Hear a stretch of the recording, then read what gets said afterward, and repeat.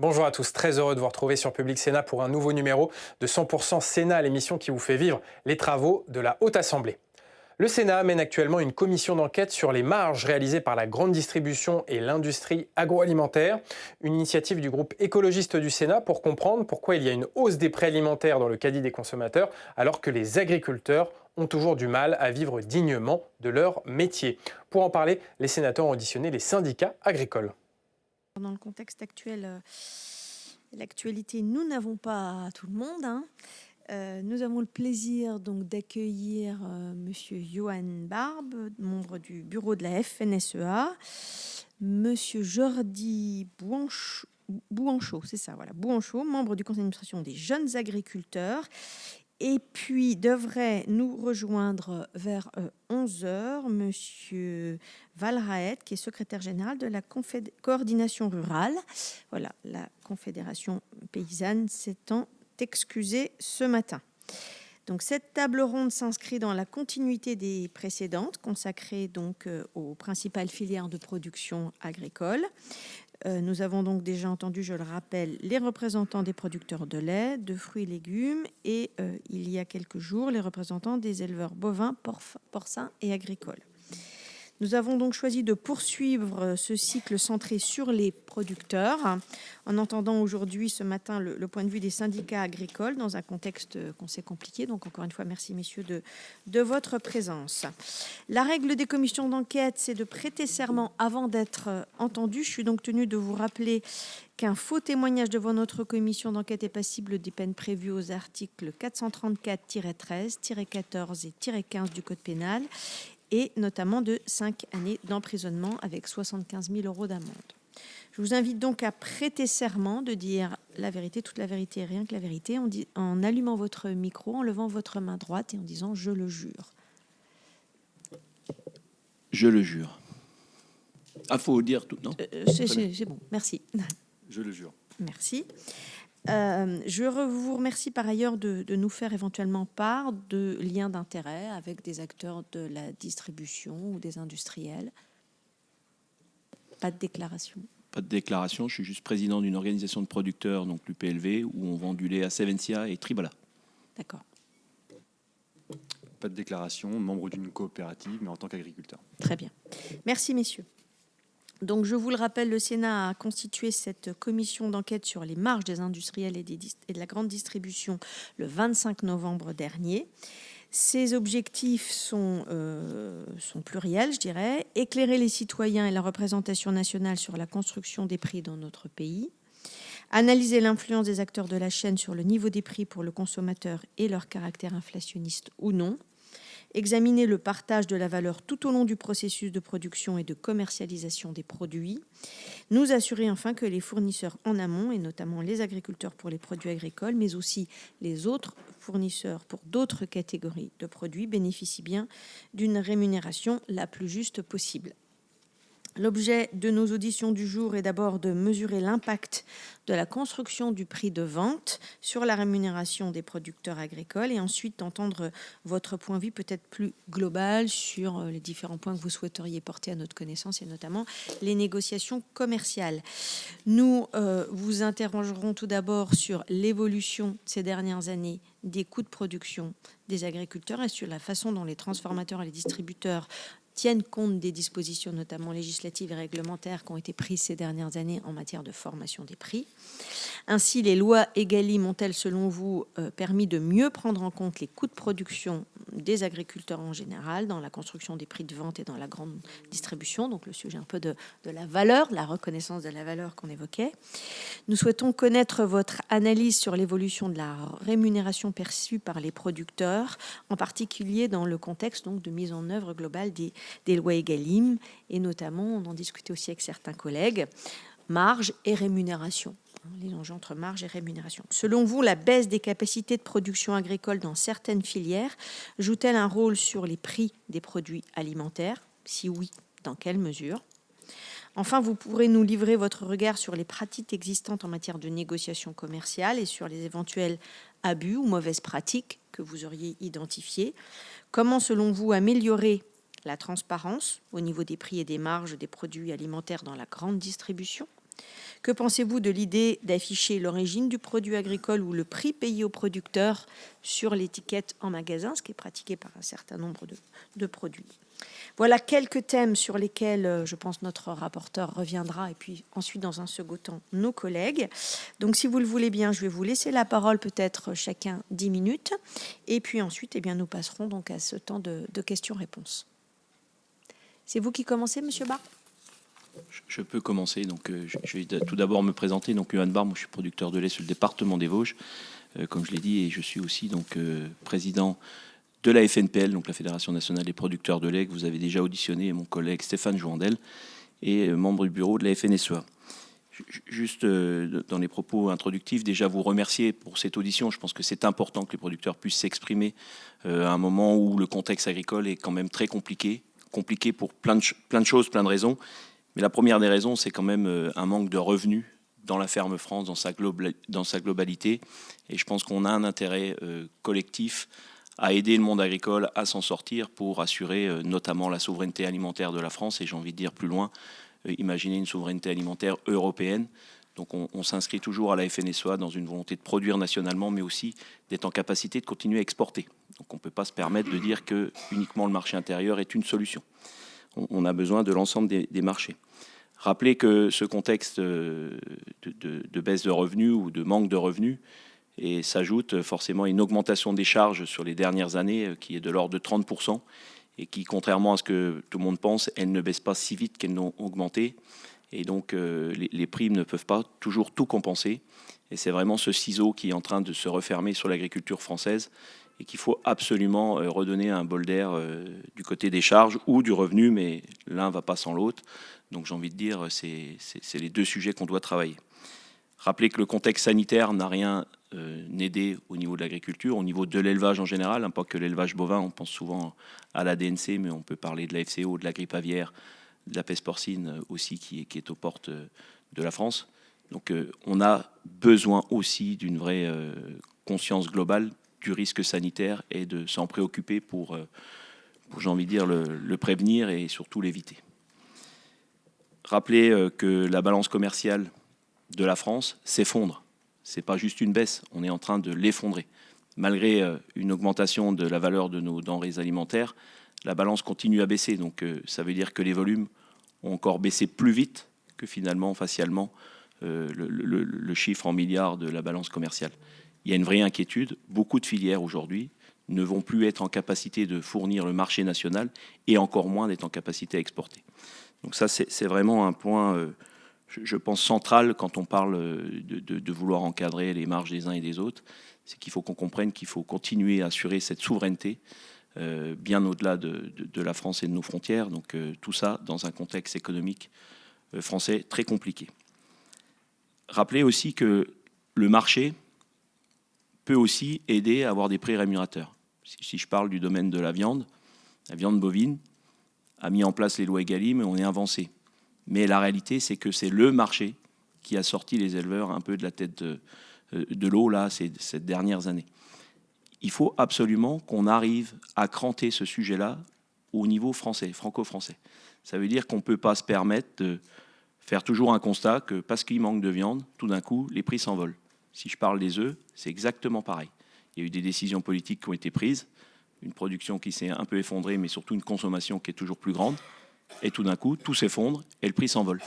Donc à nous, responsables agricoles, et à vous, responsables politiques, de prendre les bonnes décisions pour qu'on évite cet emballement d'un côté ou de l'autre, parce qu'on sait très bien, et si je parle de la filière laitière, on sait très bien que quand les marchés s'envolent, il y a un jour, ils se retournent.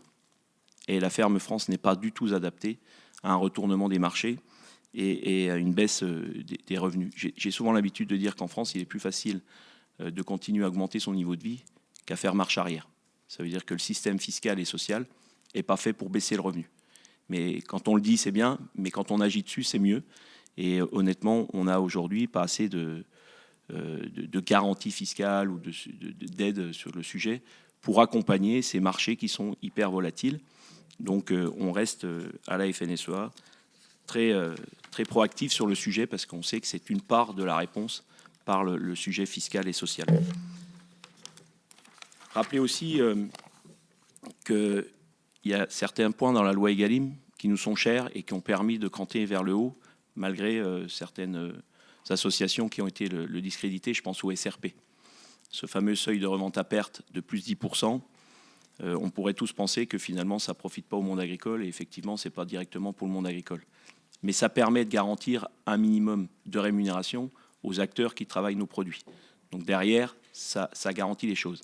Et le supprimer dans un moment où la guerre des prix est toujours aussi forte, est pour nous un vrai risque de revenir à l'ancien temps, ça veut dire négocier et donner ce qui reste au monde agricole. Donc avant de travailler ce SRP, il faut s'assurer que les lois elles fonctionnent.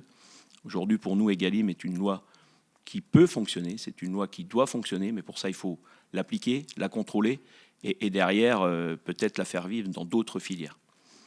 Et si je peux me permettre aussi sur la loi Egalim, il y a un point central, c'était l'encadrement des promotions. Je pense qu'elle a permis d'apporter une certaine visibilité pour les acteurs, mais surtout éviter les abus. À chaque fois qu'il y a des promotions, c'est plutôt le monde agricole qui les paye, plutôt que finalement les industriels transformateurs ou la grande distribution, même si dans la propagande de la publicité, ils ont tendance à dire que c'est eux directement qui financent. Je le rappelle ici, à chaque fois, il n'y a rien de gratuit. Donc soit c'est le paysan qui le paye, soit c'est le consommateur, mais entre deux, j'ai l'impression que les choses vont presque mieux. Rappelez aussi que dans les lois Egalim, ce qu'on a besoin, c'est des indicateurs qui permettent d'aiguiller le marché, mais aussi en même temps d'être pris en compte par tout le monde. Et on parle souvent de coûts de production, de prix d'équilibre. À la FNSEA, on s'interdit, au moment où on se parle, de parler de prix minimum. C'est pas qu'on veut pas un prix minimum garanti, parce que c'est vrai que ça serait tellement simple, mais on risque de drainer tout le monde vers le bas. Et quand on sort des états généraux de l'alimentation, où il y a une montée en gamme, finalement, si on lissait par un prix minimum, tous les efforts qui seraient faits par l'agriculture française, notamment en bien-être animal ou sur l'environnement, pourraient être réduits à néant au travers du prix. Donc le prix minimum est vraiment une alerte pour nous, et on préfère parler de tunnel de prix, où effectivement, là, on pourrait imaginer travailler ensemble dans les filières pour trouver une bonne rémunération en fonction du niveau d'engagement, notamment environnemental et autres, de la part du monde agricole. Donc ça, c'est des thèmes qui, pour nous, restent centraux dans cette loi Egalim. Et après, quand on parle de préserver la MPA, la matière première agricole, rappelez quand même à tout le monde que cette matière première agricole, finalement, c'est le revenu du monde agricole. Et si la MPA est peut-être pas attaquée directement dans les box, j'ai l'impression aujourd'hui qu'on est en train de détourner ça pour attaquer ce qu'on appelle la MPI, matière première industrielle. Alors, on pourrait se poser la question, nous, agriculteurs, ce n'est pas notre sujet. Il faut quand même savoir qu'une bonne partie de nos produits sont transformés par des coopératives qui appartiennent à des agriculteurs. Donc la MPI est aussi un sujet agricole, un sujet des agriculteurs. Mais cette MPI, on ne peut pas la mettre sur la place publique, et j'entends supprimer des options dans la loi Egalim, ça peut être une solution, mais mettre tout sur la place publique de la MPI des uns et des autres, ça pourrait aussi casser la dynamique, et surtout casser la dynamique de certaines entreprises qui investissent durablement. Donc ça, c'est des points quand même que je voulais porter ce matin. Rappelez aussi que sur cette loi Egalim, on a un sujet qui est devant nous, on l'a porté, et le président Macron l'a aussi porté, c'est d'imaginer quand même une loi Egalim qui va vers l'Union européenne. On a trop de centrales européennes qui aujourd'hui essayent de contourner ces lois Egalim. Alors on nous explique par A plus B que non, la matière première n'est pas agressée quand on est sur une plateforme européenne. Moi j'aimerais en être sûr, et pour ça il faut des contrôles. Et aujourd'hui, la France n'est pas dotée d'assez de contrôles, n'a pas rendu public assez de contrôles. Et derrière ce contrôle, il faut aussi qu'on comprenne que la plupart des industriels ont aussi découpé finalement leur mix produit. Ça veut dire qu'ils estiment que le mix produit qui est valorisé sur le territoire national doit effectivement contribuer et faire partie prenante d'Egalim, donc avec une rémunération des producteurs. Par contre, tout ce qui part à l'export doit être le marché, rien que le marché. Quand vous faites le choix sur une exploitation de la segmentation positive, quand vous êtes engagé dans une démarche environnementale, vous n'engagez pas une partie de votre production, mais toute la production. Donc ça, il faut aussi qu'on arrive dans l'évolution d'Egalim à le prendre en compte, et nous ne pouvons plus tolérer d'être la variable d'ajustement sur les marchés.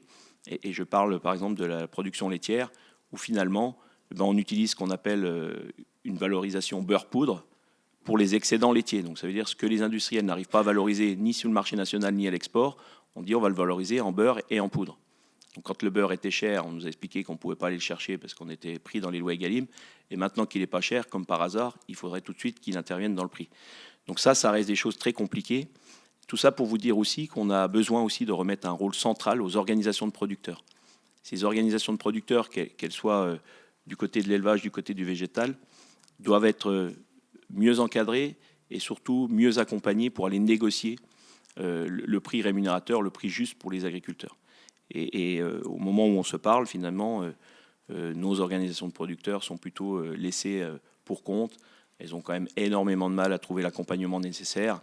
Et souvent, si je parle pour le lait, mais on l'a imaginé dans la viande, on devrait avoir des négociateurs nationaux pour nous aider, nous, filière, quelle que soit la filière, pour nous aider, nous. Notre métier, c'est de produire, c'est pas de négocier directement notre prix. Et je pense que dans les coopératives, c'est pareil. On a fait confiance en s'associant dans une coopérative, forcément au conseil d'administration, mais aussi aux équipes dirigeantes, pour aller négocier pour le compte des agriculteurs. Donc dans les organisations de producteurs, il faut qu'on y arrive aussi à les remettre sur le devant de la scène sur le sujet. Rappelez aussi quand même que la DGCCRF a un rôle central dans le contrôle, mais aussi dans l'accompagnement et peut-être dans le renforcement de l'OFPM, cet observatoire de la formation des prix et des marges, est pour nous un vrai outil et qui aujourd'hui n'est pas du tout utilisé. Et surtout, il n'est pas rendu obligatoire à chacun d'y répondre. Je peux parler de la filière laitière qui a refusé à ce stade, le maillon de la transformation a refusé à ce stade de répondre à l'OFPM. Je trouve ça juste inadmissible parce que je pense qu'ils n'ont pas forcément des choses à cacher, mais rien que de ne pas répondre, on pense tout de suite qu'ils ont des choses à cacher. Donc il faut absolument qu'on revoie ça. Et après, dans les lois Egalim, on parle souvent de la grande distribution, c'est 40% des volumes. Mais il y a tout ce qui est RHF, tout ce qui est cette restauration hors domicile, qui aujourd'hui est compliquée parce que finalement, c'est souvent soit des collectivités ou soit des chaînes de restaurants qui sont assez peu scrupuleux d'utiliser des produits made in France. Et il y a énormément d'importations sur le sujet. Donc, si on veut un Egalim qui fonctionne, au-delà de l'état d'esprit d'Egalim, comme l'avait imaginé Emmanuel Macron, je pense qu'il faut aussi aller plus loin par des actes des uns et des autres, notamment des acteurs politiques dans les territoires, quand c'est les collectivités territoriales qui négocient. Elles savent les obligations qu'elles ont de produits locaux, de produits régionaux, de produits bio. Mais j'ai envie de dire, normalement, elles n'auraient pas besoin de connaître. Elles devraient être à 100% approvisionnement origine France. Alors peut-être que c'est un coût, mais on ne peut pas demander au consommateur tous les matins, quand il fait ses courses, de mettre quelques centimes supplémentaires pour aider le monde agricole. Et quand vous êtes dans votre collectivité, toujours essayer d'avoir le repas le moins cher possible. Alors toujours parce que le consommateur veut le repas le moins cher possible.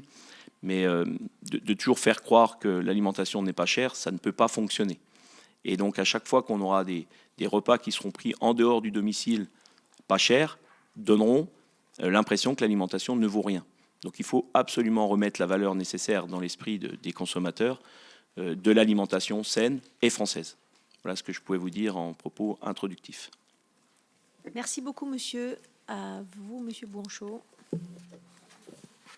Bien, merci. Bonjour à toutes et tous. Donc Jordi Bouanchot, agriculteur en plein cœur du bocage vendéen, en production viande bovine, système laisseur-engraisseur, volaille. En production viande bovine, volaille et céréales en agriculture de conservation des sols.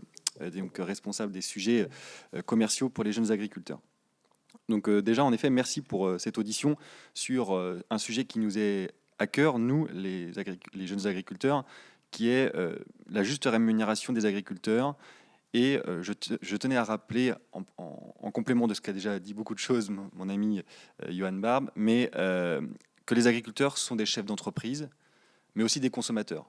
Donc ils sont des chefs d'entreprise, donc ils ont besoin de gagner leur vie, à la fois pour faire perdurer leur entreprise, mais aussi pour avoir un train de vie comme n'importe quel consommateur et citoyen français.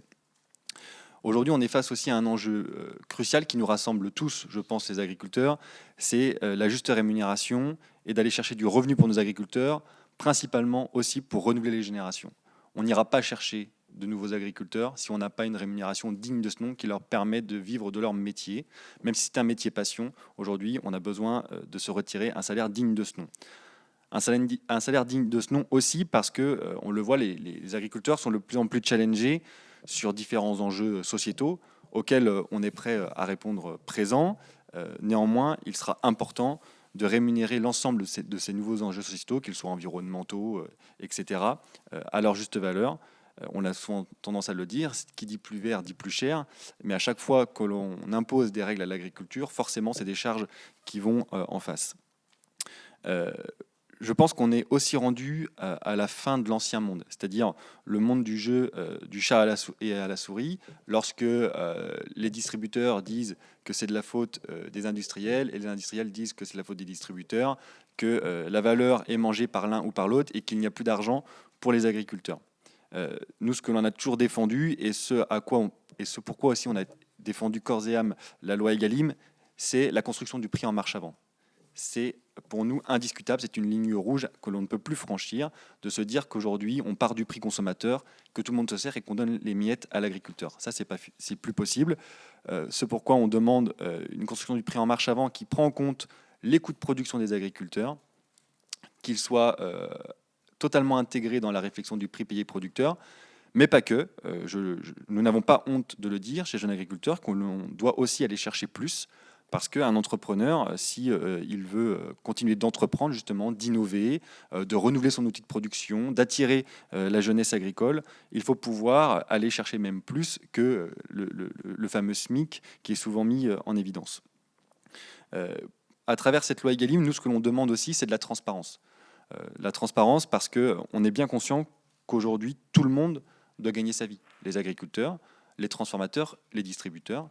C'est important parce que lorsqu'on maintient des outils de transformation et de distribution sur un territoire, ça permet aussi de maîtriser le coût aux consommateurs. Et je pense qu'on a aussi un devoir, et le premier rôle d'un agriculteur, c'est de produire des denrées alimentaires pour ses citoyens. Donc forcément, on est attaché à pouvoir maîtriser la chaîne de la valeur pour rester compétitif aussi pour nos citoyens français, mais pas que, aussi pour produire des denrées alimentaires à travers le monde. On connaît les enjeux de souveraineté alimentaire. Rappelez aussi que pour nous, il est important de ne pas mettre les agriculteurs en concurrence les uns les autres. C'est pourquoi on défend, nous aussi, la contractualisation. Cette contractualisation, elle est importante pour nous. Elle permet de se donner une vraie vision sur du long terme, incorporant les coûts de production, comme je l'ai dit. Et puis, ça permettra aussi à la nouvelle génération de pouvoir aborder sereinement l'enjeu de la transmission, d'aller rembourser son capital, rembourser ses prêts bancaires, et justement pour aller chercher des investisseurs pour financer cet enjeu de renouvellement de génération. Nous, on est convaincus que la contractualisation à minima pour sécuriser nos outils de production est une bonne chose. Je terminerai également en disant que tous ces enjeux d'avenir, ils sont urgents. La loi Egalim, elle est dans les tuyaux depuis maintenant quasiment 3 ans. Nous, jeunes agriculteurs, on a rédigé un document de position et on a toujours répondu présent à l'ensemble des sollicitations pour la faire améliorer. En tout cas, pour nous, elle n'est pas à mettre dans un tiroir. Elle devrait toujours être sur le devant de la scène. C'est du bon sens. Nous, ce que l'on demande, c'est peut-être un peu plus de contrôle. Parce que même si on a souvent des belles paroles aujourd'hui, il est important d'aller contrôler les autres maillons de la filière pour voir s'ils appliquent pleinement cette loi et d'appliquer aussi, pourquoi pas, des sanctions. Aujourd'hui, la loi ne prévoit pas de sanctions. Et donc, ce que l'on demande, c'est des sanctions pour ceux qui ne joueraient pas le jeu. Parce qu'on est face à un enjeu, comme l'a dit M. Barbe, à la fois de souveraineté alimentaire, mais de renouvellement des générations en agriculture et de dynamique de territoire. Ça a été dit, à la fois pour la vie des agriculteurs, mais aussi des industries agroalimentaires ou des distributeurs qui font vivre aussi grand nombre de nos concitoyens par l'emploi. Très bien, merci beaucoup messieurs. Donc on va laisser la parole à Madame la rapporteure pour un premier lot de questions. Oui, bonjour. Alors peut-être tout d'abord, je vous remercie d'être venus l'un et l'autre. Je sais que ça a été un peu compliqué. Le contexte agricole très tendu dans lequel nous sommes ne permet pas effectivement à toutes les organisations d'être présentes. Je crois que la coordination rurale va arriver, mais je tiens à dire que la Confédération paysanne n'est pas présente aujourd'hui, car 52 agriculteurs qui ont manifesté hier se retrouvent en garde à vue, sont encore en garde à vue ce matin et ne peuvent donc pas être présents aujourd'hui. Moi, je vous avoue que je suis très étonnée. Je n'avais jamais vécu et vu que l'on mettait une cinquantaine d'agriculteurs en garde à vue suite à une manifestation. Mais bon, a priori, la clémence en direction des agriculteurs n'est plus ce qu'elle était, ou alors elle serait en fonction des organisations. Mais passons, ça ne nous permet pas d'avoir la Confédération paysanne ici. C'est dommage parce que nous voulions vraiment avoir les quatre syndicats présents. Alors, je voudrais revenir maintenant sur vos interventions, à l'un et à l'autre, parce que vous évoquez effectivement beaucoup de choses. J'aimerais qu'on revienne peut-être plus particulièrement sur la question des négociations. Alors, que ce soit les négociations avec les industriels ou avec la grande distribution, pour savoir quelles sont les pratiques réellement et concrètes qui vous choquent dans ces négociations. J'entends que vous avez exposé, par exemple, et vous l'avez fait, Monsieur Barbe, je vous remercie de cette précision, vous avez exposé la question des promotions. Effectivement, ce que peut-être tout le monde ne sait pas, mais la plupart des promotions, vous l'avez dit, reviennent aux agriculteurs. Et ça, c'est vrai que c'est assez choquant quand on voit, que ce soit pour les fruits et légumes ou que ce soit pour ce qui vous concerne, une promotion 3 pour le prix de 2, eh bien, le troisième article en question est payé souvent par les agriculteurs. Alors, hormis cet exemple-là, est-ce que vous avez d'autres exemples de dysfonctionnements qui viennent en fait rogner votre, j'allais dire votre propre marge, ou en tout cas, quelquefois, c'est pas votre marge, mais c'est directement sur vos coûts de production. Et donc, j'aimerais savoir quelles sont les pratiques concrètes qui vous portent préjudice. Alors, qui veut commencer? Monsieur Barbe? On garde le... Je veux bien démarrer sur l'histoire des marges ou surtout des marges arrière qui existent finalement encore. On parle de 5 fois net, de 6 fois net. Enfin, c'est toutes des choses, des pratiques qui sont encore connues, qui sont dénoncées par les uns et les autres et qui finalement sont toujours monnaie courante. Ce qui est compliqué à comprendre, c'est qu'aujourd'hui, si vous prenez un exemple où on dit on a sanctuarisé la matière première agricole. Quand vous êtes en négociation dans un box de négo, vous avez finalement plus que la MPI et tous les services, comme ils les appellent, qui sont négociables. Si vous négociez trop fort sur les services et sur la MPI, si vous êtes en système coopératif, vous pouvez me dire ce que vous voulez, même si on n'attaque pas le niveau de la MPA tout de suite, vous attaquez finalement la rémunération indirecte des producteurs par les compléments de prix. Donc si vous attaquez les compléments de prix, c'est aussi priver les agriculteurs finalement de revenus supplémentaires. Et les coopératives sont souvent avant-gardistes, et notamment dans le lait, ça veut dire qu'elles font un acompte de prix, et à la fin de l'année, elles font les comptes et elles donnent ce qui reste en complément de prix. Si vous leur en enlevez trop dans les négos, finalement, elles ne peuvent plus en donner. Donc là, il y a un vrai sujet qui est quand même sur la table, que quand on tape trop sur la MPI, quand on tape trop sur tout, de toute façon, c'est quand même le paysan qui paye. Et là, c'est l'exemple des coopératives. Si vous prenez l'exemple d'un industriel, il y a un moment, il va faire pareil, parce qu'il ne va pas pouvoir tenir. Enfin, l'industriel, s'il tient la MPA et que derrière, il ne gagne pas sa vie, ça ne fonctionne pas non plus. Donc soit il met la clé sur la porte, et si je parle des abattoirs, par exemple, qu'on ferme régulièrement, alors certains disent c'est parce qu'il manque des animaux, mais c'est surtout parce qu'il manque de rentabilité dans les outils d'abattage et de transformation de la viande. Et une fois qu'on n'aura plus ces outils, malheureusement, on fera comme dans la filière du blé, où on n'a plus de meuniers en France, et donc on exporte du blé de France vers l'Allemagne, qui le transforme en farine, et la farine revient. Vous regardez sur le packaging, aujourd'hui c'est marqué blé français. C'est pas marqué farine de France. C'est le blé est français. Mais il n'y a plus de meunier. Donc, de toujours attaquer dans les box de négo les producteurs, certes, mais aussi le maillon de la transformation, à la fin, on tue un système économique. Donc ça, c'est un point central. Je voudrais aussi rappeler que les lois Egalim, elles ont permis d'avancer, et l'année 2026 sera le juge de paix.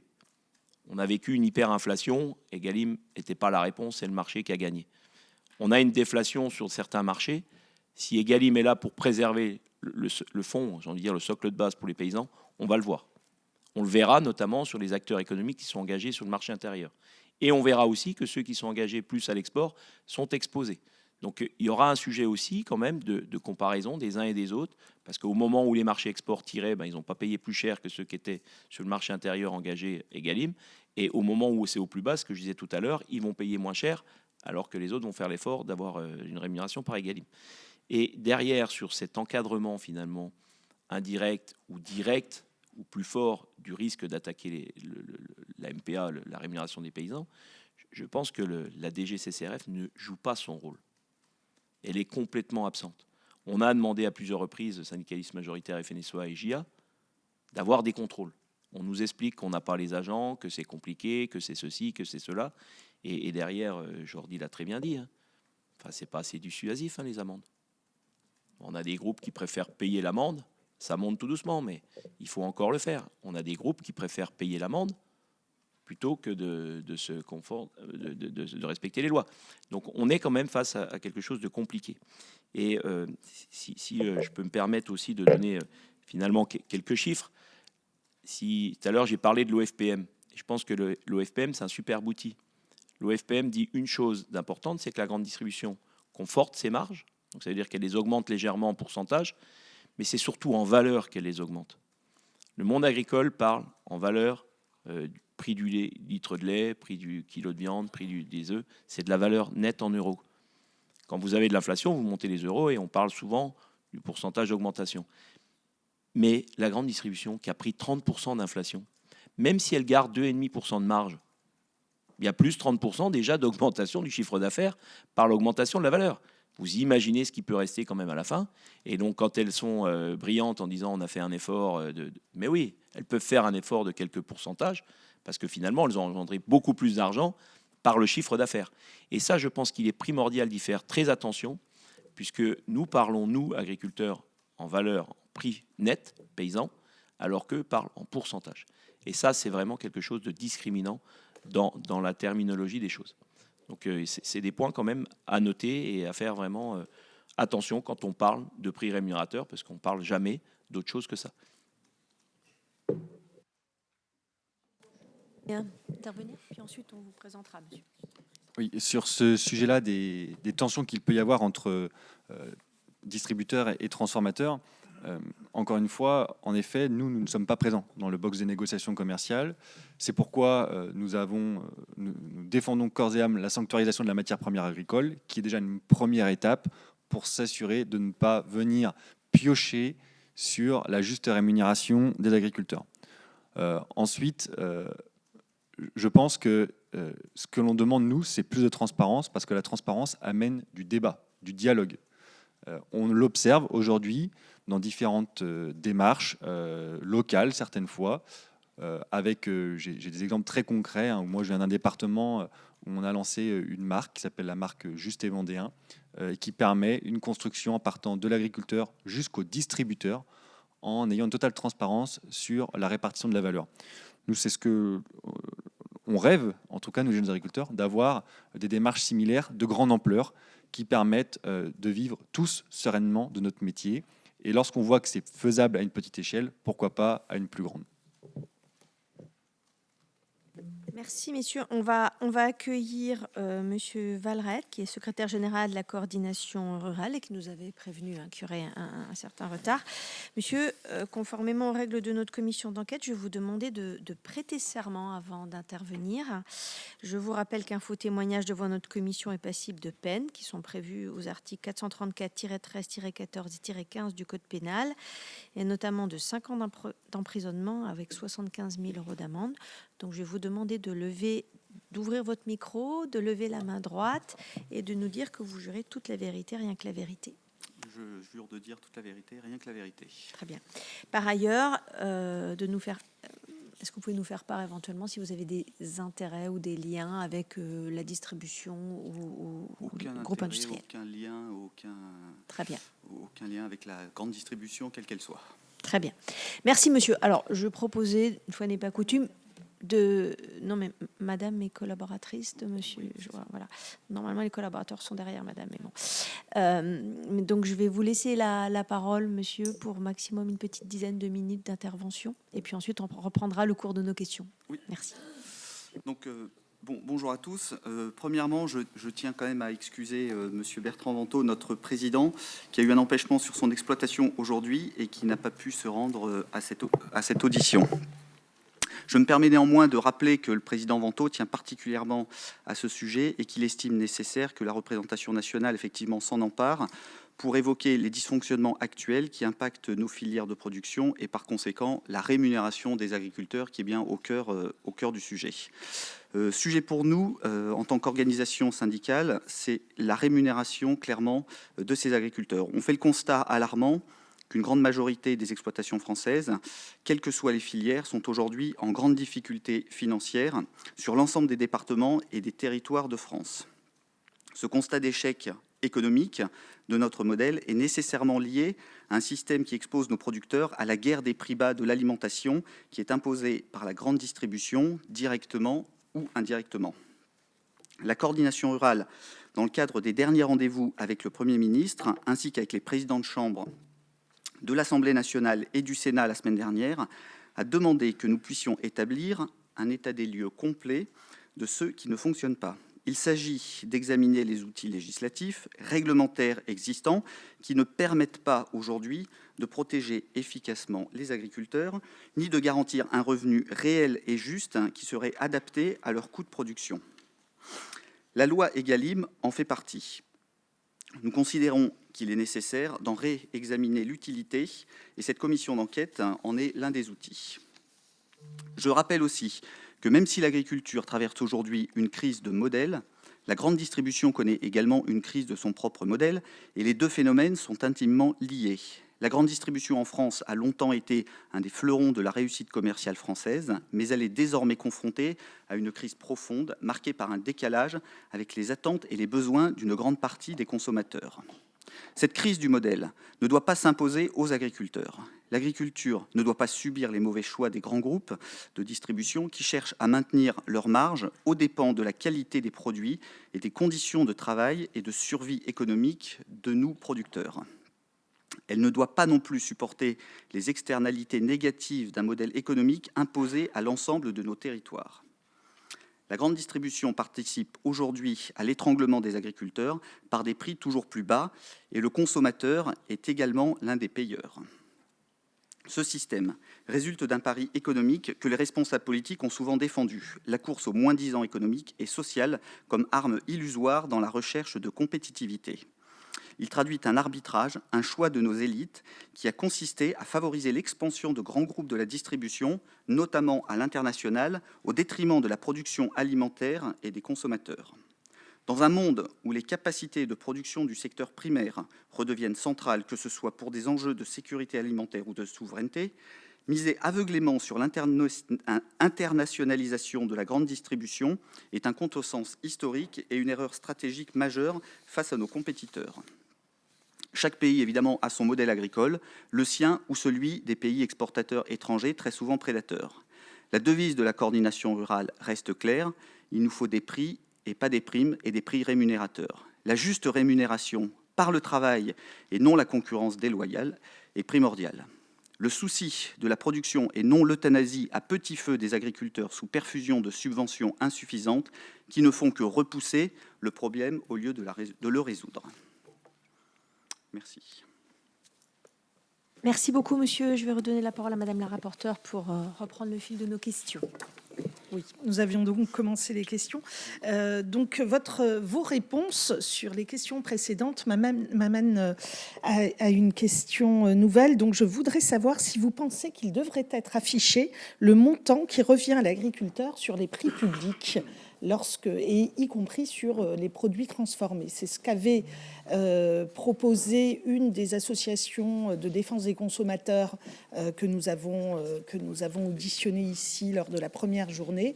Est-ce qu'une proposition de ce type vous semblerait répondre, en tout cas, à cette opacité dont fait preuve la composition des prix en France ? Je ne sais pas si je réponds en premier, mais je pense que effectivement, sur la partie d'afficher le prix réel de ce qui revient aux producteurs est une partie de la solution, mais ça va représenter que peu de produits, finalement, les produits les moins transformés. La filière laitière peut le faire sur le lait liquide, on va pouvoir le faire sur le beurre, mais dès que vous allez arriver dans des produits plus transformés, pâte à tartiner, je ne sais pas comment vous faites pour retrouver les ingrédients et la rémunération du producteur. Ça, c'est un premier point. Par contre, derrière, je pense que ce qui est important, au-delà de la rémunération de l'agriculteur, il faut peut-être aussi que chacun respecte les choses et s'engage à respecter. C'est peut-être un autre volet en disant ce produit respecte 100% des lois Egalim sur 100% de ses ingrédients. Ça pourrait être aussi une solution. Ce produit est 100% origine France, parce qu'on n'en parle pas assez souvent de l'origine France, mais je veux dire, à l'heure de signature de traités de libre-échange complètement déloyaux, j'ai envie de dire, il va falloir quand même remettre un peu d'origine France dans notre sujet. Et la vraie problématique de l'importation, c'est souvent dans les produits ultra transformés ou très transformés, je ne sais pas si le ultra est le bon terme, mais ou dans l'industrie de l'agroalimentaire de la deuxième transformation. Bien souvent, on fait des appels d'offres de prix et les produits arrivent, alors je ne dis pas de nulle part, hein, ils peuvent venir de France, d'ailleurs. Et après, on a aussi peut-être des filières pas assez organisées pour répondre à des demandes très importantes. Ça aussi, c'est des sujets où il faudra le travailler pour s'assurer qu'un maximum de produits français soient transformés en France et valorisés en France. Ça je pense que c'est des points vraiment d'ancrage. Mais après, je pense que vous avez fait référence notamment aux marques C'est qui le patron, qui ont effectivement essayé. Ça reste compliqué d'imaginer de mettre le prix payé aux producteurs dans les produits transformés.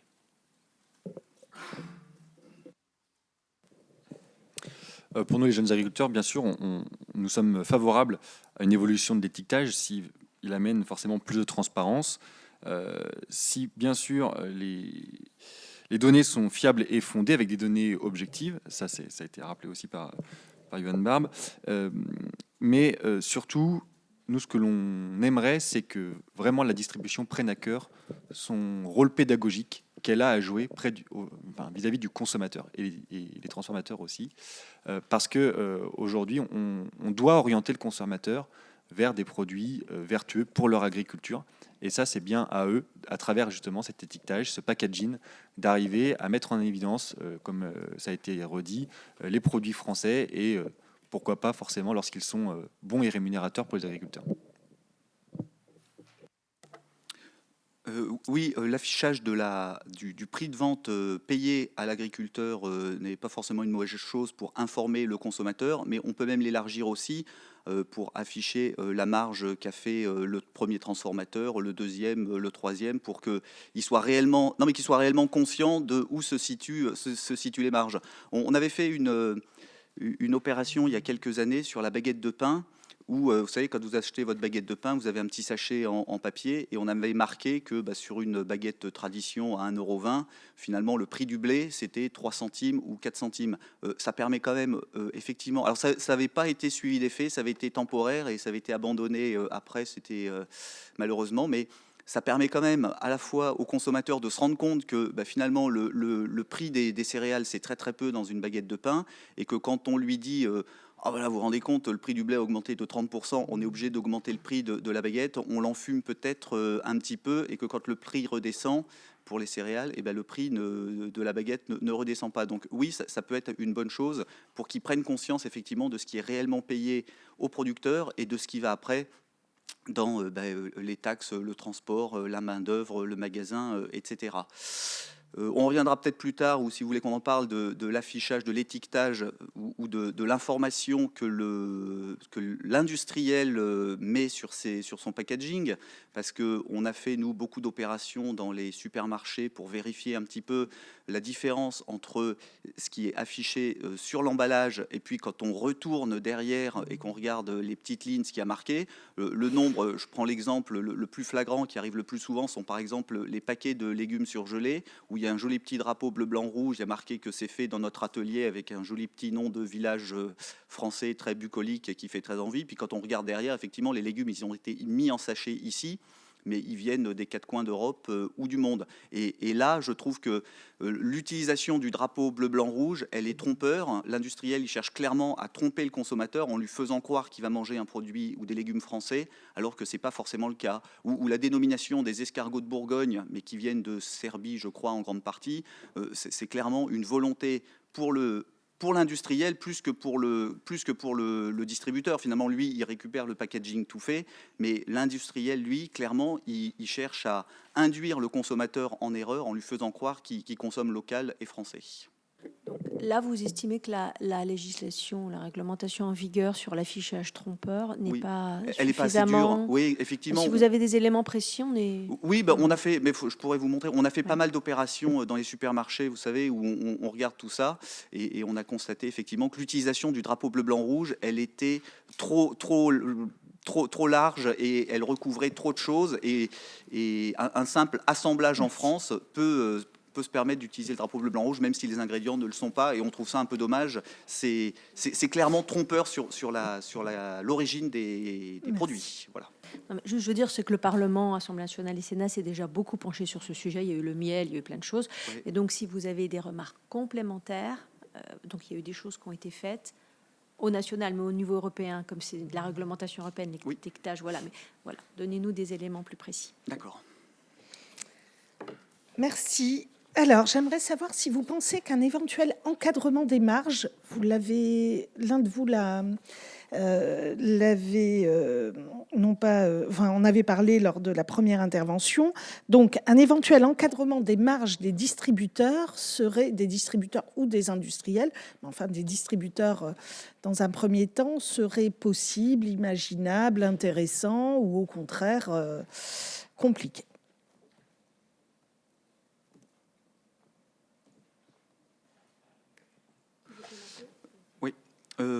Si vous voulez, à la base, on n'est pas forcément favorable à un encadrement des marges à ce point-là. On n'est pas non plus dans une économie soviétique.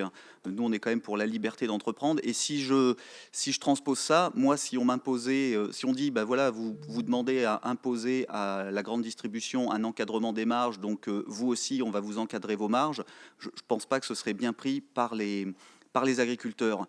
En revanche, ça a peut-être été dit avant, le souci, c'est que c'est plus dans un rapport de force entre le distributeur ou la centrale d'achat et puis l'agriculteur que se situe le problème, et la possibilité pour ces distributeurs de trouver les mêmes produits autre part pour moins cher qu'en France. Mais clairement, vouloir réglementer à ce point-là, encadrer les marges, je pense sincèrement que c'est pas la bonne solution.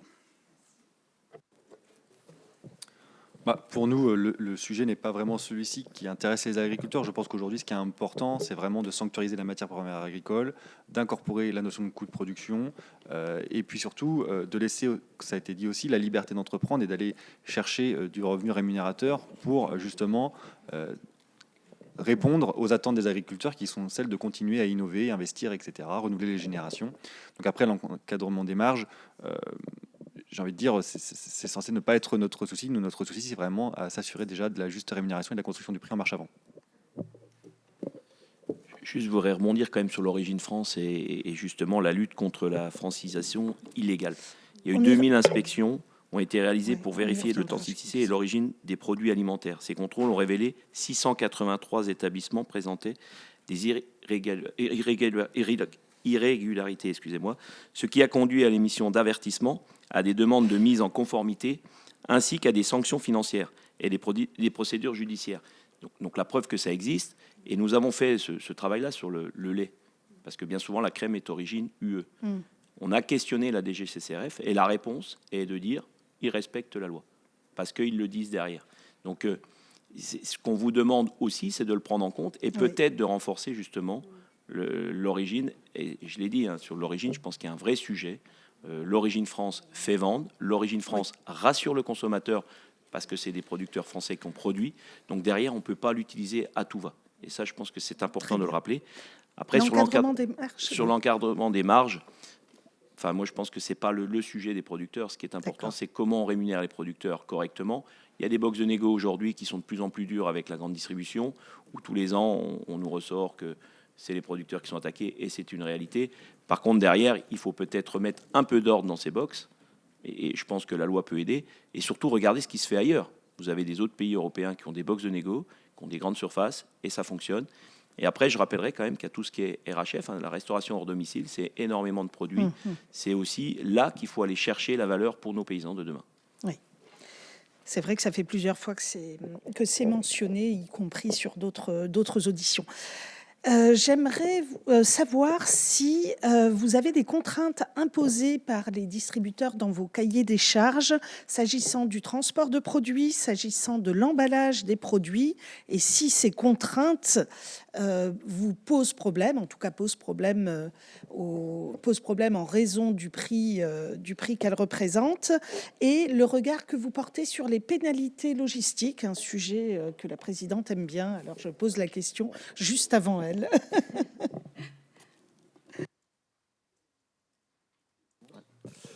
Sur les contraintes, j'ai envie de dire, à partir du moment où, dans un objectif collectif de répondre à un besoin du consommateur, on se fixe un cahier des charges avec forcément le producteur en première ligne de mire qui se doit de produire un produit qui correspond à la demande du consommateur et que tout a été construit collectivement, pourquoi pas, et forcément on y est favorable, c'est ce que je disais tout à l'heure, en plus de transparence, avec pourquoi pas de la contractualisation, en tout cas nous on y est favorable. Et les cahiers des charges, à partir du moment où l'ensemble des charges qui sont nécessaires à atteindre ce niveau de qualité sont respectées, pas de sujet. Là où en effet on est forcément en désaccord, c'est lorsqu'on peut avoir des exigences de qualité de produit, mais on le sait, l'agriculture travaille avec du vivant, avec des aléas climatiques, avec des aléas sanitaires, on en a vécu. Et donc il est important aussi de prendre en compte nos problématiques à nous, qui sont des fois des facteurs que l'on ne maîtrise pas.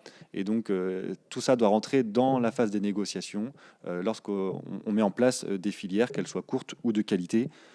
Voilà en tout cas ce qui nous concerne. Sur les contraintes qui seraient imposées par la grande distribution, notamment dans la segmentation, ce qui est important de comprendre, c'est que quand on l'impose, il y a rémunération. Et si je parle par exemple des œufs en cage, finalement on a fait une réaction plutôt qu'une proposition. Et aujourd'hui, malheureusement, il n'y a plus d'œufs et on explique qu'il va falloir quand même fournir tous les marchés, donc j'ai envie de dire des ménages les plus bas aux ménages les plus aisés, avec des œufs qui sont issus de plein air. C'est très bien. Mais comment on fait pour assurer justement cette souveraineté alimentaire si on n'est pas capable de répondre à l'ensemble des marchés? Donc nous, dans la segmentation positive et la rémunération des agriculteurs qui veulent s'y engager, pourquoi pas avoir des cahiers des charges qui soient contraignants et qui rémunèrent? Mais en aucun cas, ce qu'on accepte, c'est d'imposer par la grande distribution un cahier des charges parce que la grande distribution s'est engagée, par exemple, dans le bas carbone, parce qu'on n'en parle pas assez, mais tout le monde veut être sur le filière bas carbone et tout, c'est très bien. Mais comment je rémunère cette filière bas carbone? Et quels critères je peux mettre au travers des Galim pour s'assurer que l'effort qui est consenti par le monde agricole est bien rémunéré? C'est vraiment là le fond du problème. Et aujourd'hui, finalement, on arrive à inverser les choses. On est imposé par l'acheteur, qui n'est pas le client final, parce que je rappelle que le client final, ça reste le consommateur, qui impose des choses et qui finalement, à la fin, dit c'est la norme à tout le monde, donc c'est hors champ de la rémunération positive. Ça, c'est pas possible à entendre. Oui, c'est un sujet qui est important.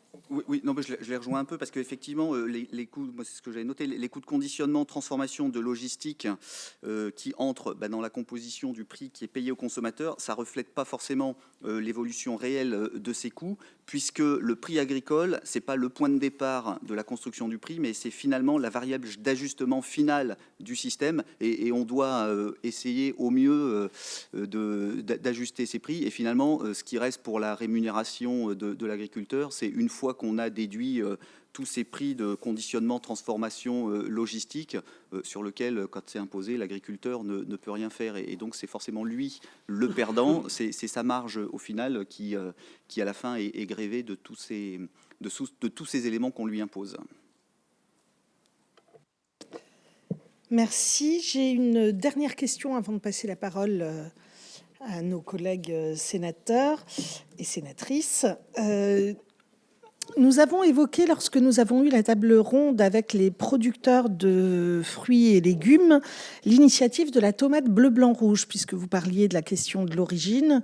Donc, vous voyez cette initiative, c'est dans le packaging, c'est un packaging bleu, blanc, rouge qui voulait signifier l'origine France, et ça venait en fait faire, j'allais dire, une concurrence loyale, tout à fait loyale, aux barquettes d'importation qui, elles, étaient vendues, aux barquettes de petites tomates d'importation qui, elles, étaient vendues et sont vendues encore à 0,99 la barquette. Est-ce que vous pensez que cette initiative est réplicable sur d'autres produits, c'est-à-dire qu'on utilise le packaging pour faire cette information sur l'origine ? Je pense qu'il est important d'avoir des outils de segmentation et surtout d'information directe du consommateur. Et effectivement, dès qu'on va créer des filières 100% françaises, ça doit créer de la valeur et ça doit amener la réflexion au consommateur. Le vrai sujet, c'est qu'on a toujours des consommateurs qui sont attachés à acheter au moins cher, puisqu'on en fait la pub tous les jours.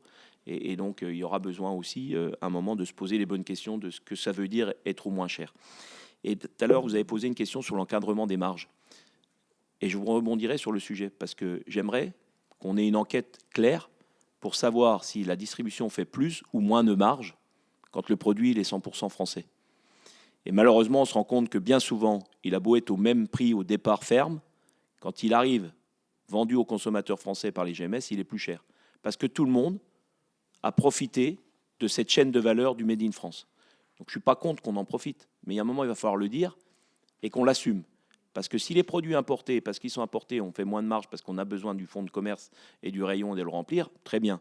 Mais assumons-le collectivement qu'à chaque fois qu'on fait moins de marge sur les autres produits, c'est au détriment des filières françaises. C'est vrai que c'est intéressant parce que d'autres tables rondes ont évoqué la question de la péréquation des marges entre les produits très transformés et les produits bruts. Là aussi, vous êtes directement concernés. Et donc, il y aurait encore à étudier cette péréquation entre des produits français ou des produits importés. Je vous remercie. Pour répondre à votre première question, donc forcément, on l'a dit tout à l'heure un petit peu avec l'étiquetage, mais toutes les bonnes initiatives qui peuvent être mises en place pour remettre sur le devant de la scène et faire de la pédagogie auprès du consommateur l'importance du manger français et de la rémunération des agriculteurs, on y sera forcément favorable. Mais je pense qu'on pourrait même aller plus loin. Moi, je dis chiche. Pourquoi est-ce qu'aujourd'hui, les distributeurs ne prennent pas le challenge d'enlever des produits qui ne seraient pas justement français ou qui ne respecteraient pas la loi Egalim et de laisser simplement ceux qui sont Egalim compatibles et à laquelle on a la preuve de la juste rémunération des agriculteurs. Parce que je pense qu'il est important aujourd'hui de rappeler aux consommateurs que l'alimentation a un prix et que derrière leur choix de consommation, leur choix lorsqu'ils font leurs courses, ils ont la capacité à aider le monde agricole. Et ça, on le sait, c'est un enjeu sociétal parce que, ça a été redit, aujourd'hui le consommateur fait plutôt attention au prix plutôt que finalement à la provenance, même si il peut avoir des fois des discours divergents, mais on ne va pas les contrôler chaque caddie, mais souvent on le voit dans l'acte d'achat, c'est souvent le prix qui prime. Donc il faut vraiment qu'on arrive à faire ce rôle de pédagogie et puis, j'ai envie de dire, dès le début, dès la plus petite enfance, ne serait-ce que même dans les collectivités territoriales aussi, de privilégier les produits français. Juste, je vais rebondir là. Que pensez-vous des annonces des grands distributeurs ces derniers jours qui n'achèteront pas de produits issus du Mercosur? Eh ben, allons-y, mais chiche, encore une fois, allons-y, mais est-ce que ça va tenir dans la durée? Parce que on l'a vu un petit peu pendant le Covid. Finalement, les consommateurs ont peur aussi des rayons vides, ont peur de manquer. Mais je pense qu'on a quand même un devoir aussi, c'est peut-être de saisir cette opportunité aussi pour rappeler que l'alimentation ne doit pas être la variable d'ajustement dans le budget des ménages à la fin du mois et devrait être une priorité. Juste par rapport à votre interrogation, je voudrais rebondir sur le chiche, on y va, notamment de ne pas importer de produits du Mercosur. Je pense que la grande distribution est prête à le faire. Là où ça va être compliqué, c'est dans les plats transformés, où forcément, s'il y a du poulet et d'autres choses qui est incorporées pour aller vérifier l'origine, ça va être quand même compliqué. Et j'aimerais que tout le monde le fasse, et pas que la grande distribution. Parce que c'est les industriels en globalité. Parce que la grande distribution, je sais qu'on la met souvent sur le devant de la scène et on n'est pas dupe et on sait très bien qu'ils vivent très bien. Mais le vrai sujet global, c'est quand même, on leur offre à un moment des produits et ils les revendent. Ils ne sont pas souvent transformateurs directs, hormis quelques enseignes. MDD, c'est leur cahier des charges, donc là, je pense qu'ils vont le respecter. Si vous prenez l'origine des crèmes dans les MDD, il n'y a plus de problème. Ils ont imposé la crème France et c'est souvent les marques nationales qui importent de la crème, parce qu'il y a un moment, il n'y a pas assez de crème en France, donc il faut bien trouver quelque part à la mettre. Mais ce sujet, déjà, il y a aussi un sujet qu'on peut évoquer, notamment sur les tomates, c'est la saisonnalité. Je veux dire, il y a un moment où on dit en France, on va faire des tomates toute l'année pour pouvoir répondre à l'offre, et dans ce cas-là, il faut accepter des serres chauffées, des choses qui vont des fois à l'encontre de ce que voudrait le consommateur et moins de consommation carbone.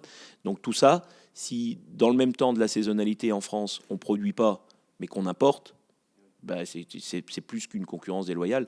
Mais je reste intimement convaincu que l'histoire des marges entre produits importés et produits 100% français est vraiment à creuser. Et derrière, je rappelle quand même que depuis Egalim 2, on n'a jamais eu de décret qui ont été imposés l'origine. Ça, c'est pareil, on ne l'a jamais précisé par décret.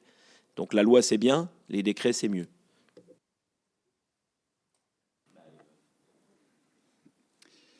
Il y a eu plusieurs questions qui ont été abordées. D'abord sur la tomate bleu, blanc, rouge, effectivement, tout ce qui peut faciliter l'appréciation du consommateur sur l'origine du produit et l'inciter à consommer français, évidemment qu'on y est favorable. Encore faut-il vraiment bien définir ce que c'est que quelque chose qui est produit 100% français. C'est pas forcément si évident. Il faut vraiment qu'il y ait des règles contraignantes du législateur qui soient assez strictes. Concernant l'importation de la viande du Mercosur, je rejoins ce qu'on dit depuis longtemps, c'est que effectivement la grande distribution a tout de suite dit qu'il n'importerait pas, mais tout ce qui est restauration hors domicile, tout ce qui est industrie, là, ce sera beaucoup plus difficile à contrôler. Et aussi sur ce qui est, alors j'en profite qu'on est au Sénat ici avec des élus, effectivement, l'incitation bleu, blanc, rouge, c'est bien, mais l'élément prix pour le consommateur, ça reste quelque chose de très important. Et on a très souvent, depuis très longtemps, fait croire aux Français, aux consommateurs, que mieux manger ou manger des produits de meilleure qualité, qui soient plus locaux, qui soient plus durables, ça coûtait pas plus cher que manger des produits standards venant de loin. J'en veux par là l'exemple. Dans les cantines scolaires, par exemple, pendant un temps, ça a très, très longtemps été la mode de dire nous maintenant, on va s'approvisionner exclusivement en bio, exclusivement en local, mais on ne vous le fera pas payer plus cher. Et je pense que c'est un mauvais message envoyé aux Français parce qu'on leur fait croire que consommer français et que consommer bio et que consommer local, ça coûte pas plus cher que consommer ce qui viendrait du Mercosur ou de loin ou de l'autre bout du monde. Et c'est pas vrai. C'est plus cher et il faut qu'ils aient conscience qu'une alimentation saine, de qualité et locale, oui, ça coûte plus cher. Il ne faut pas se mentir, ça coûte plus cher que de faire venir la viande du Mercosur ou de l'autre bout du monde. Et là-dessus, le message envoyé par nos responsables politiques, je pense, n'était pas le bon. Merci. Alors, oui, c'est bon pour moi. Je reviendrai peut-être après avec une question, mais je vais laisser la parole à mes collègues. Merci, Madame la rapporteure. Alors, nous avons une demande de parole, 4 demandes de parole. On va faire par 2, si vous le voulez bien. Donc, on va d'abord entendre notre collègue Jean-Claude Tissot, et puis ensuite Evelyne Renaud-Caradec. Merci, Madame la Présidente. Déjà, on a fait un tour, un panorama clair. Moi, je voudrais juste revenir sur la présentation que vous avez faite, M. Barbe, au départ, quand vous nous avez parlé. Alors, on avait compris que vous n'étiez pas d'accord sur le... Enfin, pas d'accord. Émettiez des réserves sur les prix minimum garantis. Et vous, à ce moment-là, vous avez parlé aussi de tunnel de prix. Qu'est-ce que vous entendez par là? C'est dans le cadre de promotion ou de façon générale d'affichage ou de négociation?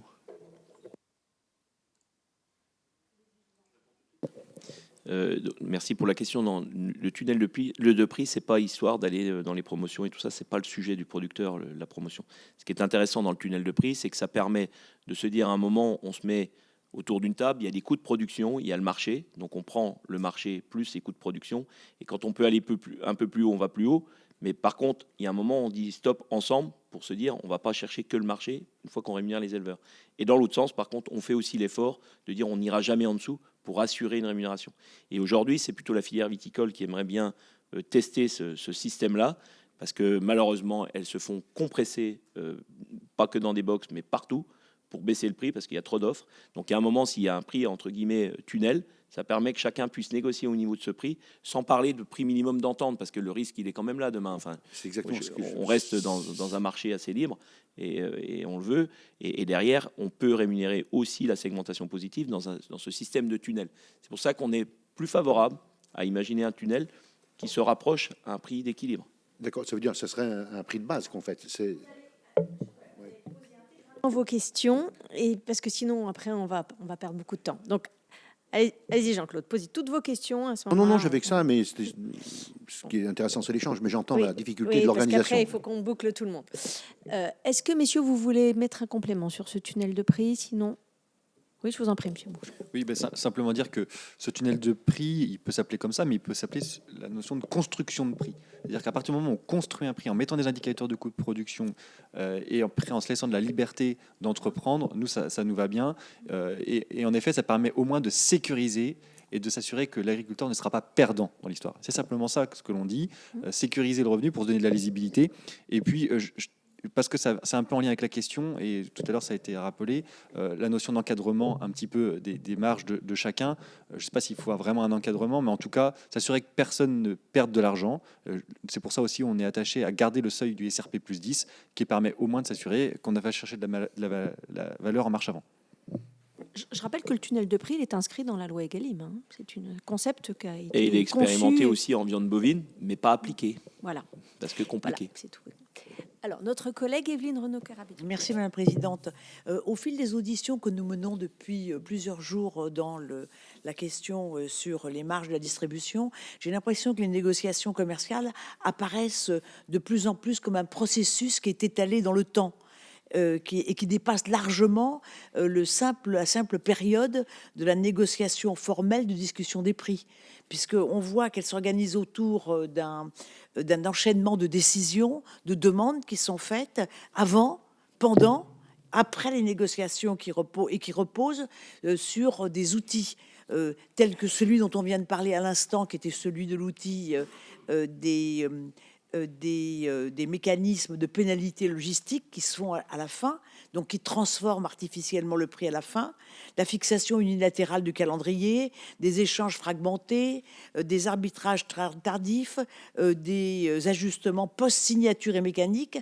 Donc je me pose une question, c'est par quel mécanisme concret, juridique, la grande distribution parvient-elle, après la signature des différents accords qui ont été négociés difficilement, à faire évoluer des conditions économiques qui sont acceptées par les producteurs sans rouvrir officiellement une négociation sur les prix qui ont été négociés? Messieurs, qui veut commencer? Monsieur Bonchot. Oui, alors sur cette fameuse date butoir, un petit peu des négociations commerciales, donc nous, on y est plutôt favorable quand même à garder une date butoir. Pourquoi? Parce qu'il y a un moment, il faut quand même qu'on signe la fin du jeu, et qu'on se dise, voilà, on définit un prix qui permet de sécuriser le revenu des agriculteurs. Et en plus, nous, les agriculteurs, à partir du moment où on sait combien on va être payé, on a besoin aussi de répercuter cela face à des investissements, face à des choix d'entreprise que l'on devra prendre. Donc c'est pour ça que la date butoir, on y est attaché. En revanche, la notion de contractualisation, c'est pour ça qu'on y est attaché, parce que dans un contrat, il peut y avoir des clauses de révision de ces prix, qui peuvent être liées à des aléas climatiques, qui peuvent être liées à des facteurs que l'on met à l'intérieur, en concertation avec l'ensemble des acteurs, que ce soit le premier acheteur, ou pourquoi pas des contrats tripartites allant sur l'ensemble des maillons de la filière. Sur ces négos commerciales, forcément, elles attirent toujours attention et surtout des fois des guerres entre les parties. Ce qui est important de rappeler, c'est que les négos commerciales et la date butoir, où on est tous attachés à cette date, c'est pour siffler la fin de la partie, comme tu l'as dit, Jordi, mais c'est les marques nationales. On oublie souvent dans les négociations commerciales tout ce qui est MDD, qui arrive après, qui sont négociés tous les 6 mois. Donc, sur cet encadrement-là, je pense qu'il faut renforcer les choses. Et le coup de projecteur qui est mis fin février, finalement, ne suffit plus. Parce que les marques nationales sont quand même agressées de partout.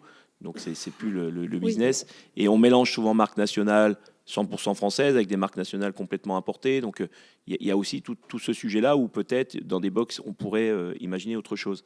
Après, je voudrais rappeler aussi quand même l'intérêt de beaucoup de grands distributeurs d'imaginer des centrales d'achat européennes pour essayer de contourner pas mal de choses. Alors, comme ça, dans le flou, tout le monde dit non, je vais faire attention à la MPA. Mais si on veut vraiment faire attention à la MPA, c'est ce qu'a dit Jordi, c'est des contrats dits tripartites. Alors, ça n'existe pas. C'est bien 2 contrats B2B mis l'un à côté de l'autre. Non, le droit français ne permet pas un contrat tripartite au sens strict du terme. C'est bien 2 contrats l'un à côté de l'autre, mais ce n'est pas 3 signatures en bas du même contrat, ça serait mieux, et on ne peut pas le faire. Mais derrière, je rappelle quand même que l'intérêt de ces contrats tripartites, ça assure la rémunération des éleveurs. Mais quand on ne les obtient pas, il faut absolument avoir un accord sur la MPA, la matière première agricole, entre les organisations de producteurs et l'industriel transformateur. Parce que tout le monde a dans la tête que la MPA ne se négocie pas. Comprenez bien que les lois Egalim ont demandé la construction du prix en marche avant, donc elle ne se négocie plus une fois que le premier acheteur l'a négocié avec les agriculteurs. Donc il y a toujours une négociation de la MPA entre les industriels, quels qu'ils soient, et les agriculteurs. Donc ça, c'est quand même primordial. Je ne peux pas, moi, producteur de lait, dire « je veux tel prix » et vous faites avec. Ça marche pas. Ça marche pas avec les industriels. Ça marche pas du tout. Oui, ça marche pas du tout. Oui, d'accord, parce que c'est producteur de lait, pardon. Mais est-ce que ce que vous dites, c'est que par rapport aux industriels, parce que les industriels n'entrent pas tout à fait dans ce cadre-là, il y a d'autres réglementations et encadrements à mettre en place? Je pense qu'il faut renforcer l'encadrement, notamment des MDD et de la RHF et de tout ce qui finalement est hors caméra au moment où on se parle. Les seuls qui sont sous les caméras, c'est les marques nationales. Ça suffit pas. Je veux dire, il faut aller plus loin. Et après, je reste intimement convaincu que cette MPA doit être connue avant les négos. Ça veut dire que les industriels doivent se mettre d'accord avec les producteurs parce qu'on est dans un marché, dont acte, avec des indicateurs de coûts de production. Et c'est pour ça que j'ai demandé à renforcer la publication et la valeur de ces indicateurs pour qu'on soit sûr qu'ils soient utilisables par tous et facilement. Mais l'intérêt des indicateurs, c'est qu'une fois qu'on les connaît, on les fait évoluer dans une formule et on n'a plus besoin de se revoir. Enfin, je veux dire, le prix qui va être négocié dans les box de négo, vous pouvez revoir qui vous voulez au mois de juin, c'est pas renégocié, hormis s'il y a une hyperinflation, des choses comme ça. Donc ça veut dire que c'est quand même primordial pour les agriculteurs, ces négociations commerciales. Elles donnent le ton de l'année.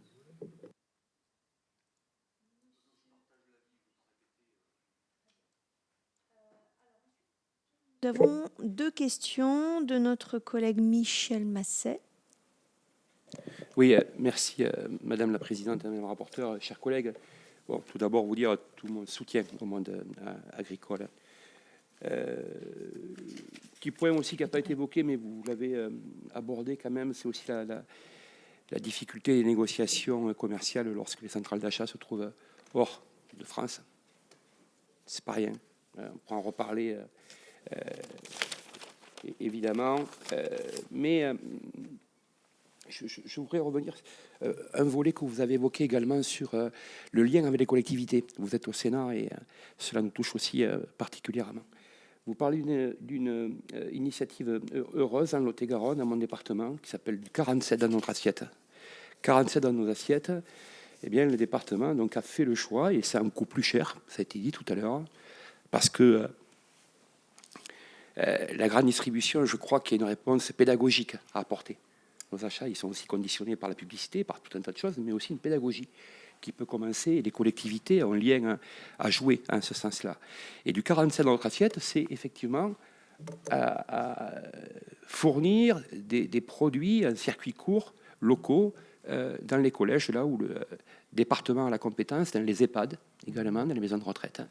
On peut imaginer la même chose au niveau des régions, qui ont des lycées et autres, des mairies, qui ont les écoles, etc. Et je crois que là, il y a un rôle aussi des collectivités. Alors ma question est la suivante. Est-ce que vous avez des liens, des relations aujourd'hui, des rapports avec les structures nationales de l'association des maires ou autres régions ou autres en ce sens?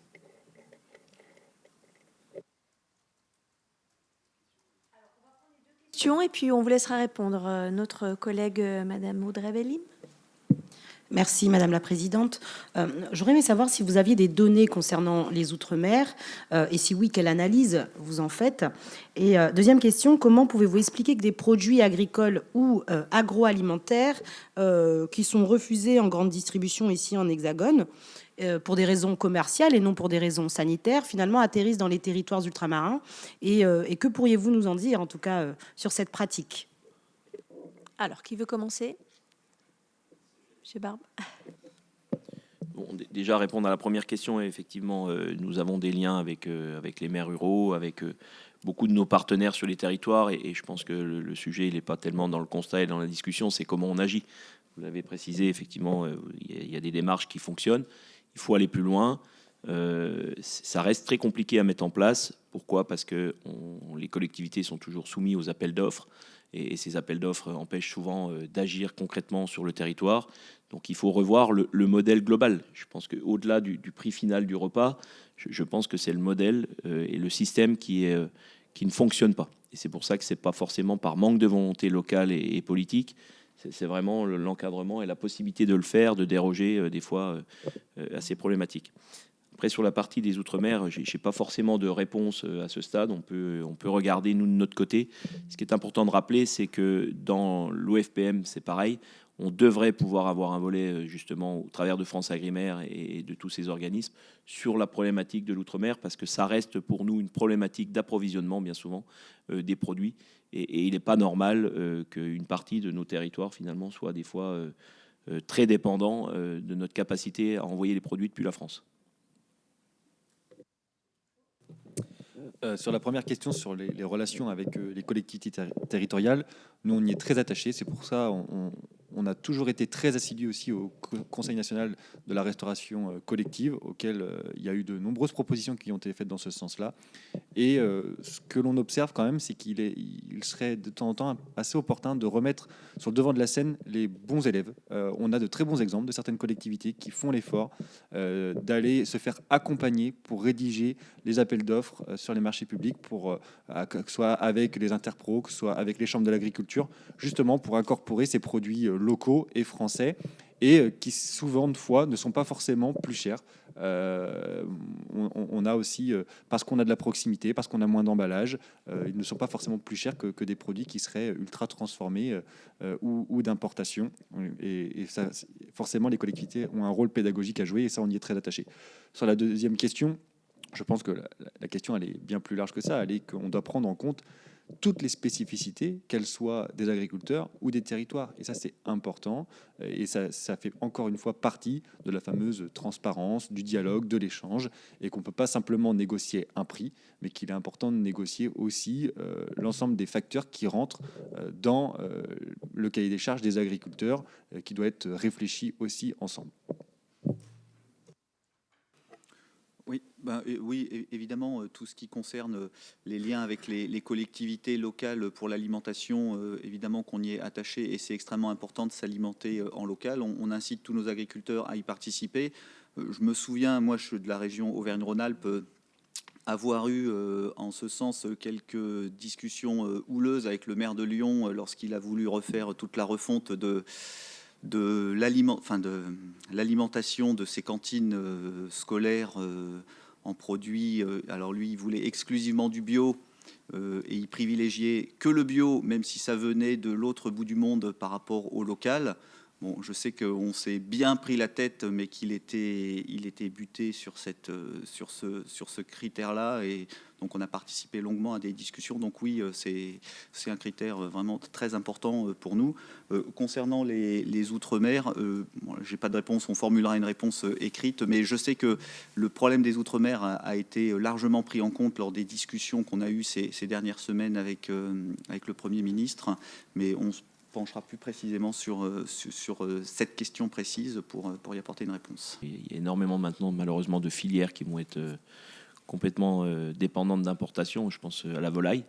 La volaille, en plus, c'est un vrai problème parce que finalement, c'est rémunérateur, mais derrière, c'est les contraintes pour la mise en place de nouveaux bâtiments et tout ça d'élevage qui font qu'on n'y arrivera pas. Enfin, ou tout au moins, on ne se donne pas les moyens d'y arriver au moment où on se parle.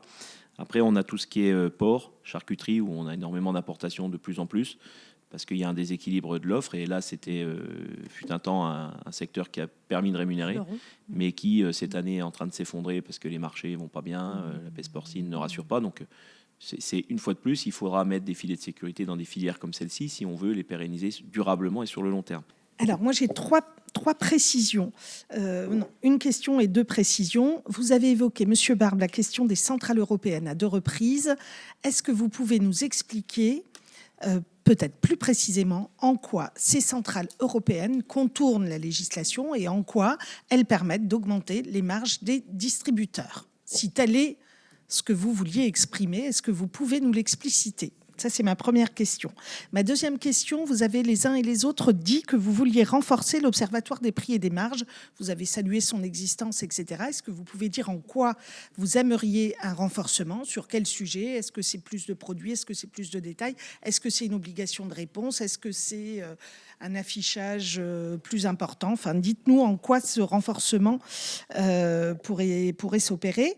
Et enfin, j'aimerais votre commentaire aux 3 sur l'initiative dont nous a fait part Foodwatch hier dans cette même audition, qui est 100 produits sains à marge zéro pour les distributeurs. Donc, plusieurs organisations non gouvernementales, je vais dire ça, mais de défense des consommateurs, sont mises d'accord pour demander qu'il y ait des produits sains qui ne soient pas margés. Dans les produits sains, il y a beaucoup de produits non transformés, et donc ça vous concerne directement. L'idée étant de venir contrer le fait que des produits très transformés ne sont pas margés parce qu'ils sont comparables d'un distributeur à l'autre et que donc les distributeurs ne font pas de marge dessus, alors que des produits bruts et donc plus sains sont plus margés. Je pense aux fruits et légumes en particulier, ont des marges plus importantes. Voilà. Quel est votre regard sur ce type de demande? Est-ce que vous seriez favorable à ça ou non? Donc, 3 questions. Centrale européenne, observatoire des prix et sans produit à marge zéro. Alors, centrale européenne, c'est difficile déjà à le prouver que ça se passe mal, mais on le sent bien. Enfin, moi qui suis dans la filière laitière, nos grands acteurs nationaux, aujourd'hui, sont livrés aux centrales européennes. Quand ils rentrent, ils nous expliquent que la loi Egalim est contournée. C'est là que j'ai demandé à ce que la DGCCRF aille faire les contrôles. Ce n'est pas la FNSEA qui ira contrôler, c'est bien à la DGCCRF de s'assurer que malgré le passage par les centrales européennes, les lois Egalim sont appliquées. La grande distribution rétoque souvent que c'est appliqué. Je suis désolé, on a vu quelques amendes passer qui prouvent souvent le contraire. Donc il faut remettre des moyens à la DGCCRF pour agir rapidement sur ces centrales européennes. Soit il ne se passe rien et ça se passe comme ailleurs, mais j'ai quand même un doute en tant que producteur, c'est celui de me dire pourquoi les coopératives et les PME, on leur dit maintenant vous allez négocier en France et on va mettre les grands groupes à l'extérieur. Alors que des grands groupes qui fassent autre chose que du produit, par exemple laitier, soit à l'extérieur parce que ça représente plus largement, peut-être. Mais quand vous êtes un groupe comme Lactalis, Sevencia, je suis désolé, vous devriez être négocié comme les autres, que sur le territoire national. Il ne fait que des produits laitiers. Donc ça, c'est un premier point sur ces centrales d'achat européennes. Il faut lever le doute sur cette réalité ou pas de plus de pression. Ce qui est sûr, c'est que nous n'avons plus la main. Et ce qui est important de rappeler sur les centrales d'achat européennes, c'est qu'il n'y a plus la date butoir. Et ça, c'est de source sûre. L'année dernière, les grands groupes que je cite n'ont pas pu faire les augmentations sur le marché intérieur aux mêmes dates parce que la date butoir ne s'opère pas. Et donc ça, c'est une réalité. C'est déjà en place. Le deuxième point que vous m'avez posé comme question sur l'OFPM, cet organisme de la formation, l'Observatoire de la formation des prix et des marges. Pour nous, il est capital. Si on veut qu'Egalim fonctionne, il faut que cette OFPM puisse le prouver ou pas. Et aujourd'hui, il est en train de prouver que finalement, les producteurs ont quand même du mal toujours de s'en sortir et d'autres, on voit les marges qui augmentent. Donc, il faut le renforcer dans son rôle et surtout dans ses conclusions. Ça veut dire qu'on doit se nourrir des conclusions et rendre obligatoire le fait de fournir les besoins à l'OFPM pour faire ses études. Il est primordial, si on veut que l'OFPM fonctionne, que tout le monde donne les bonnes informations. Et ça, je pense que c'est capital si on veut un OFPM qui agisse pour la bonne rémunération et la bonne transparence au final des acteurs. Vous nous avez parlé tout à l'heure d'encadrer les marges, mais j'ai envie de dire, si l'OFPM est plus fort et plus encadré, finalement, on saura où sont les marges et après, on agira. Donc ça, c'est un point essentiel. Et après, sur l'idée des produits sains, moi, j'aime pas trop le terme de produits sains parce que j'estime qu'en France, on sait produire sainement et je ne voudrais pas qu'on fasse des catégories. Par contre, ce qui est important, c'est de rappeler s'ils sont moins transformés, c'est d'autres choses en fait qui sont mises en avant. Et si la grande distribution veut faire une opération de plus de communication en disant je ne vais pas faire de marge, sachant qu'elle fera quand même 10%, donc il y a le SRP dessus. Donc aujourd'hui, ça sert aussi certains distributeurs justement à dire on ne fait pas de marge, mais on se met à la loi. Donc il y a quand même déjà le plus 10. Et puis il faut quand même comprendre, et je vous l'ai dit tout à l'heure, c'est qu'un équilibre de produits vendus dans les GMS, c'est qu'à la fin, s'ils ne font pas la marge sur le produit A, il faut qu'ils en fassent un peu plus sur le B, voire encore un peu plus sur le C. Donc il faut faire attention à tout ce marketing, j'ai envie de dire. Moi, ce qui est important, c'est comment on rémunère au travers de tous ces engagements les agriculteurs. C'est ça qui est important, c'est ça qui est primordial. Et j'aimais mieux une démarche où c'est qu'on aurait pu imaginer inscrire le prix de rémunération des producteurs directement sur une brique de lait, sur ce que vous voulez, un kilo de viande de bœuf. Mais on n'y arrivera pas. Donc peut-être imaginer demain un logo, cette marque, cette enseigne respecte 100% Egalim. L'enseigne qui est prête à le signer, on y va tout de suite. Sur ces 3 questions-là, nous, les jeunes agriculteurs, forcément, on est favorable à promouvoir un égalim européen. Pourquoi un égalim européen? Parce qu'aujourd'hui, on parle beaucoup de distorsion de concurrence, mais je pense qu'il est important aussi que chaque agriculteur, peu importe où qu'il soit sur la planète, vive de son métier. Et donc la sanctuarisation de la matière première agricole, qu'elle soit française ou au sein même des autres pays de l'Union européenne, permettrait enfin de pouvoir comparer nos coûts de production et s'assurer de savoir d'où vient finalement cette distorsion de concurrence, hormis certains cahiers des charges sur des normes. Et puis ensuite, nous, ce que l'on souhaiterait, c'est interdire, bien sûr, la négociation via des centrales européennes, mais surtout sur des produits qui sont destinés à être consommés et vendus en France. Aujourd'hui, il est important d'arrêter d'aller augmenter les frais de transport, de logistique, etc., alors qu'on a la capacité de pouvoir tout faire chez nous. Excusez-moi, vous avez des exemples? Et si oui, est-ce que vous pouvez nous les envoyer? Alors oui, on pourra vous envoyer quelques exemples, mais on a, ça a été dit tout à l'heure, notamment sur le blé, on a du blé qui va se faire transformer sur des meuneries en Allemagne. On a aujourd'hui des animaux qui sont vendus dans des abattoirs outre nos frontières et qui reviennent après sur notre marché français. Donc aujourd'hui, il est important d'arriver à trouver une méthode pour que le circuit de commercialisation, notamment sur des produits consommés et produits français, reste sur notre territoire. Et puis ensuite, sur les produits 100% sains, bon, comme ça a été dit, je pense qu'il est important, sur toute démarche, qu'elle soit, de remettre auprès du consommateur l'importance de l'alimentation dans le budget des ménages. Mais attention, moi je pense qu'on est plutôt favorable à interdire déjà la communication comparative des prix. Ça, c'est quelque chose qui est hyper pénalisant, ne serait-ce que humainement pour nous, les agriculteurs, de voir que certains s'amusent à aller toujours vers le prix le plus bas. Et puis, nous, on avait proposé aussi de moduler, pourquoi pas, la TVA sur des produits alimentaires français, qui permettrait peut-être de redonner un peu de pouvoir d'achat à nos Français. Oui. Concernant les centrales d'achat européennes, effectivement, ce qui a été dit est très juste. Et nous, depuis très longtemps, on milite pour une uniformisation européenne des règles pour éviter toute distorsion de concurrence, dont les centrales d'achat européennes sont finalement un exemple parmi d'autres.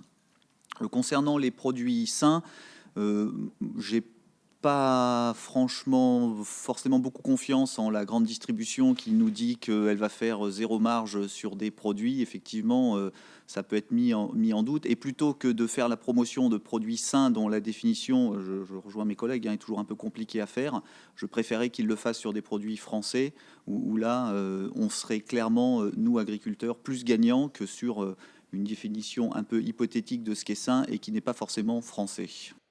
C'était l'audition des syndicats agricoles devant la commission d'enquête du Sénat sur les marges réalisées par la grande distribution et l'industrie agroalimentaire. C'est la fin de cette émission, merci de l'avoir suivi. Continuez à suivre l'actualité politique et parlementaire sur notre site internet publicsénat.fr. Je vous souhaite une très bonne journée sur Public Sénat.